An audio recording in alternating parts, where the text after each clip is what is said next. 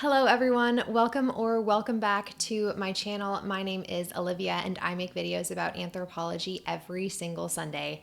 And today we are diving into the highly controversial new Netflix show, Ancient Apocalypse. Now, it's been a little while since I have done a video on archaeology, and so this show has come at the perfect time.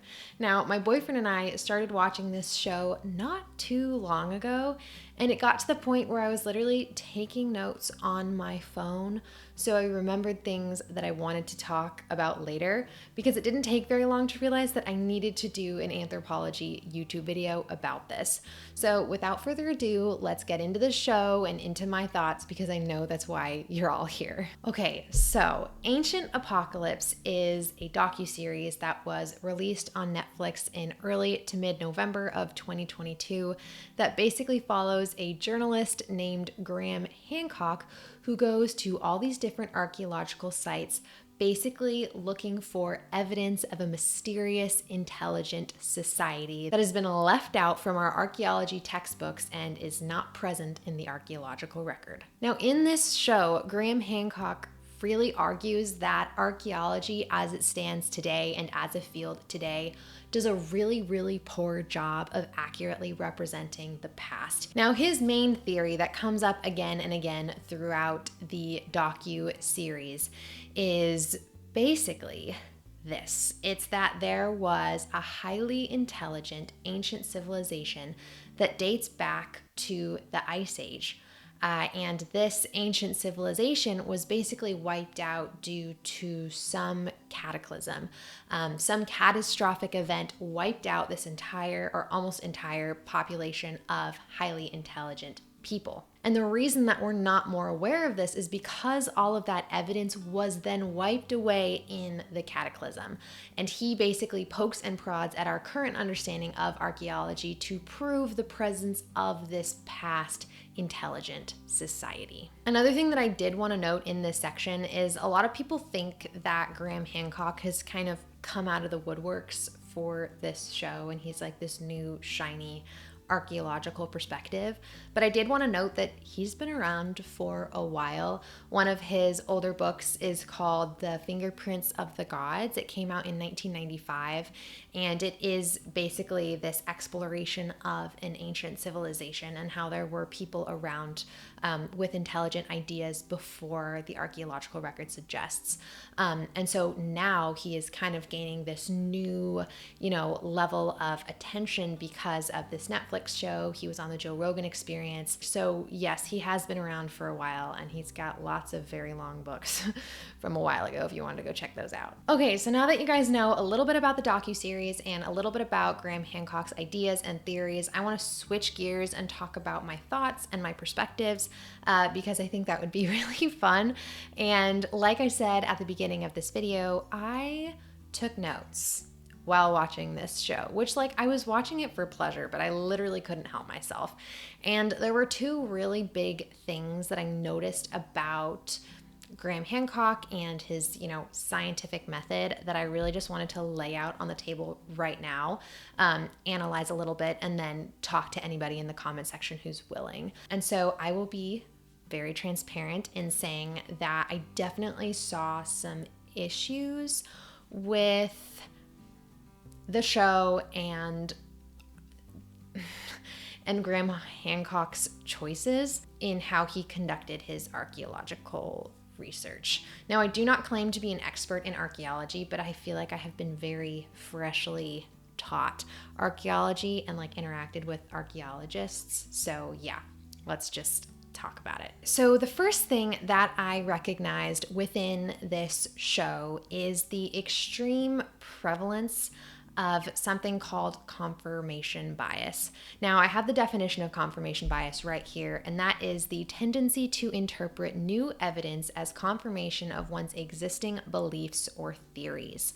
Now, confirmation bias is a term that I learned about in high school, and it's actually a huge issue in a lot of different fields. It's not just archaeology or anthropology, but it's basically this idea that if you already have a theory or an idea or a belief that you're looking to prove correct, new evidence that presents itself will then get interpreted to back up what you already believe to be true. And so that's where it gets its name, confirmation bias. You're biased in that you're confirming what you already believe to be true. So this show opens with Graham Hancock saying, "Hey, world, I, am a trailblazer, and I deeply, vehemently believe that there was an ancient civilization that the archaeological record doesn't show." Right. Or that I strongly, strongly, strongly believe that there's a possibility that there was this ancient civilization before, our archaeological record suggests. And I don't disagree that that could be true. I don't. The archaeological record does a terrible job preserving our past. Like, everything that we have today is literally like a miracle that it preserved, because so many things had to go right. But my issue is that everything that he finds, all the evidence that he pulls from different sites around the world, and all the archaeologists that he talks to all around the world, the way he sees that evidence is purely to defend his belief that there was an ancient civilization. When I think the better thing to do in science more broadly is to, when you get a new set of data, you think of, the many possibilities and the many things that it could mean. And so I think because there's so much confirmation bias in this show, it was hard for me as the audience to trust our narrator. And in science, I think that can be a really big problem. So yeah, confirmation bias, not so good. And to me, felt like the epitome of Graham Hancock's ideas. So the next big thing that I observed in this show, I'm going to explain through a little analogy. So anyone who might be familiar with evolutionary biology or biological anthropology might be familiar with something called convergent evolution. Once again, I do have that definition pulled up.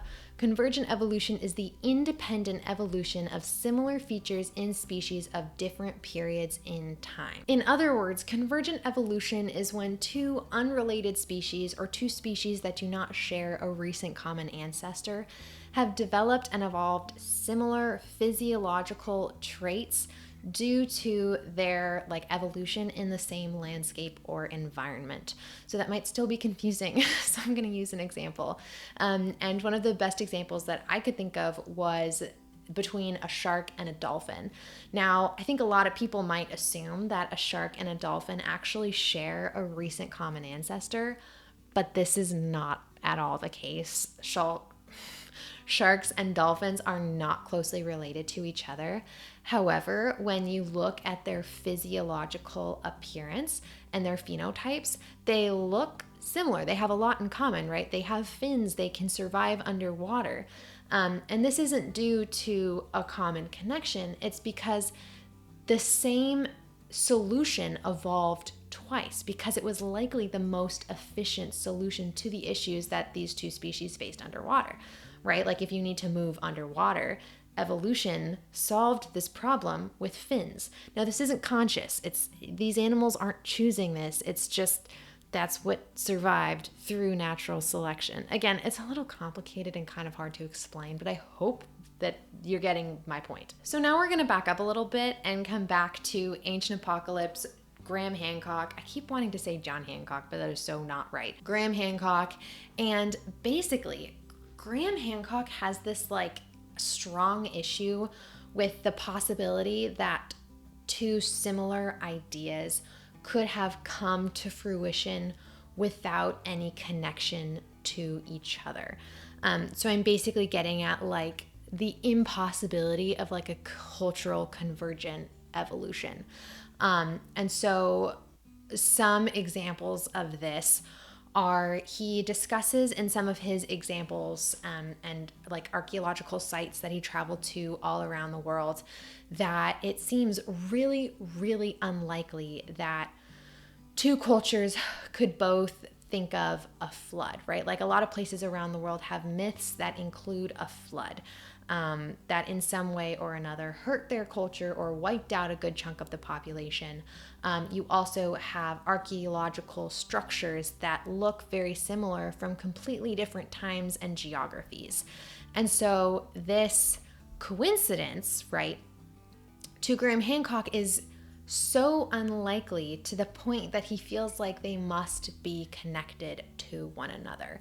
And so for me, I view this differently. In fact, I don't only see it as, possible, I see it as likely that human cultures who have no connection, no recent connection to each other, could achieve a similar conclusion, both within the structures that they build and the stories that they create. And so I think, again, humans, we live in similar environments, right? Like you have people all around the world who may be, victims of a flood or fear fire or build a structure that's well supported because there's a good way to do that. And I personally do believe that cultures can reach similar conclusions without being connected to each other. And so I feel like there is a strong chance of this cultural convergent evolution happening, that Graham Hancock neglects to acknowledge that is possible, because humans are very smart. We are very intelligent creatures. And to fear a flood is to, want your survival. To build a supported structure is to, want a structure that's going to last a long time and like be culturally sustaining. Like, I don't know, like it just seems like a very strong jump from point A to point B to say there must have been people from prior to the Ice Age or during the Ice Age that shared this information with all these cultures, and they must be like geographically and temporally connected to one another. Like I disagree. Now, finally, after my confirmation bias and little convergent evolution rant, there was one thing that I wanted to comment on that I actually did appreciate from Graham Hancock in this show. And that is that I think it's really easy to become okay with what we know now, and it's even easier to become complacent with this idea that there's not more to learn. And in all fields, all across academia, I do think that this happens. And there have been many times in history when we think we know all there is to know, right? Like we think the atom is like the smallest that it can be, but then we later come to find that there's subatomic particles. And I think archaeology will always be like that. I think we are going to continue to find things that make us question the timelines that we do have and make us question, the ways that the cultures around the world and these ancient civilizations are connected to one another. And I think the reason that anthropology as a field more broadly is so amazing is because people are questioning the least questionable things, right? There was an anthropologist and psychologist, I believe, named Paul Broca, who said, something along the lines of success happens or progress happens because we can question the least questionable. And I think Graham Hancock does a really great idea. He's saying, well, this is what we think, right? And what if that's not quite right? What if there's things that didn't preserve in the archaeological record, which we know for fact that there are many, many things that did not preserve in the archaeological record. And I just think he does a wonderful job questioning, and poking and prodding at these ideas. And so again, I think his argument is incredibly flawed. I think you can do the right thing and question what we know to be true, but then to go as far as he does is just not it. But again, that is my one singular perspective. If you guys have varying opinions or different observations that you picked up from this show, please let me know. I had more, but I'm looking at my camera and I've literally already been talking for so long. So yeah, I think that's all I have to say about, actually, I know that's not all I have to say about Ancient Apocalypse, but it's all I have to say today. Once again, I watched some amazing reviews, some being History with Kaylee, and then also Archaeology Tube. Go check them out if you want to hear some more opinions from pretty smart, educated people. But yeah, that's all for now. If you guys want to learn more about anthropology, I have a bunch of other videos on my channel, so go check those out, and I will see you all next Sunday. All right, you guys. Bye.